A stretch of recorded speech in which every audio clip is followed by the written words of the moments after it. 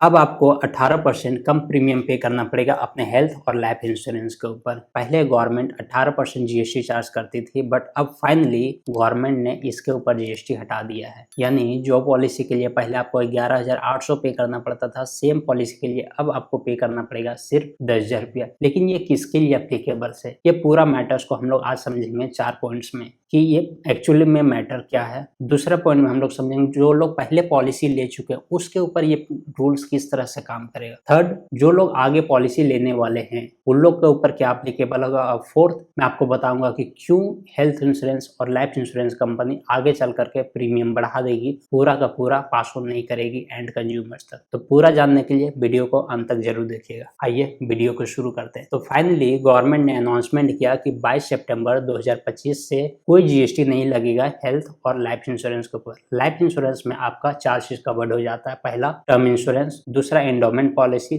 तीसरा जो money back guarantee insurance लेते थे, और चौथा यूलिप्स। और हेल्थ इंश्योरेंस में आपका इंडिविजुअल प्लस फैमिली फ्लोटर, जो पूरा फैमिली का एक साथ में आप लेते हैं पॉलिसी, वो सारी चीजें, इसके ऊपर कोई जीएसटी नहीं लगेगा। लेकिन इसमें कैच है कि जो पॉलिसी आपने पहले ले चुके हैं, एग्जांपल्स के लिए अगर आपने 3 साल का हेल्थ इंश्योरेंस एक साथ में लिया है तो उसके ऊपर जो जीएसटी आपने पे कर चुका ऑलरेडी, वो जीएसटी रिफंड नहीं होने वाला है, वो चला गया। नेक्स्ट टाइम जब 3 साल बाद आपका वो रिन्यूअल्स होगा, उस टाइम विदाउट जीएसटी वाला प्रीमियम लगेगा। बट अभी जो ऑलरेडी पे कर चुके हैं उसके ऊपर कोई छूट आपको नहीं मिलने वाला है, ना ही कोई रिफंड होने वाला है। हाँ, 22 सितंबर के बाद जो भी पॉलिसी इशू होगा उसके ऊपर विदाउट जीएसटी वाला प्रीमियम लगेगा। सेकेंड, जो लोग ऑलरेडी पॉलिसी ले चुके हैं उसके ऊपर ये किस तरह से एप्लीकेबल। तो जो पॉलिसी पहले ले चुके हैं उसका जब नेक्स्ट रिन्यूअल्स आएगा, जिसका रिन्यूअल्स 22 सितंबर या फिर उसके बाद है, उन लोगों के ऊपर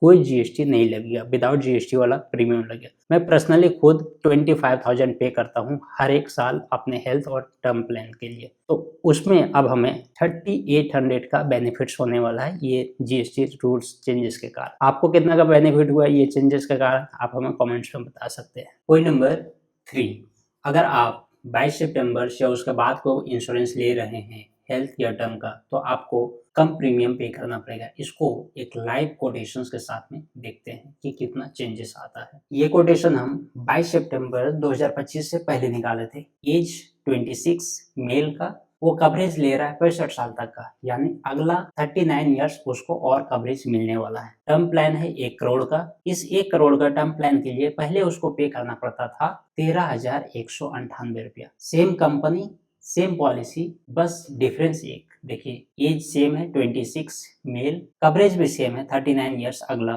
सेम सम एश्योर्ड भी 1 करोड़ का टर्म प्लान। लेकिन 22 सितंबर के बाद अब उसे पे करना है सिर्फ 11,184 रुपया। यानी सिर्फ एक रूल चेंज हुआ जीएसटी का, एक डेट चेंज हुआ और उसका पॉलिसी में 2,014 रुपया का उसको बेनिफिट्स मिल गया। पॉइंट नंबर 4, मैं क्यों बोल रहा हूँ कि आगे चल करके हेल्थ और लाइफ इंश्योरेंस कंपनी प्रीमियम बढ़ा देगी। देखिए, जीएसटी में एक टर्म होता है इनपुट टैक्स क्रेडिट। आसान भाषा में ये बोले कि हम और आप जब खरीदारी करते हैं और उसके ऊपर जो जीएसटी पे करते हैं वो हमें नहीं मिलता है, लेकिन सेम अगर खरीदारी कोई कंपनी करे तो उसे जो जीएसटी पे की उस खरीदारी पे उसको वो रिटर्न मिल जाता है, उसको बोलते हैं इनपुट टैक्स क्रेडिट। तो पहले चूंकि हेल्थ और life insurance company GST charge करती थी, इसीलिए वो उसको पे करना पड़ता था सरकार को, और वो जो खर्चा की है उस पे जो ऑलरेडी वो पे कर दी है जीएसटी, उसी के साथ में वो सेट ऑफ कर लेती थी, जिसको आईटीसी बोलते हैं, और बाकी जो जीएसटी पे करना है उसे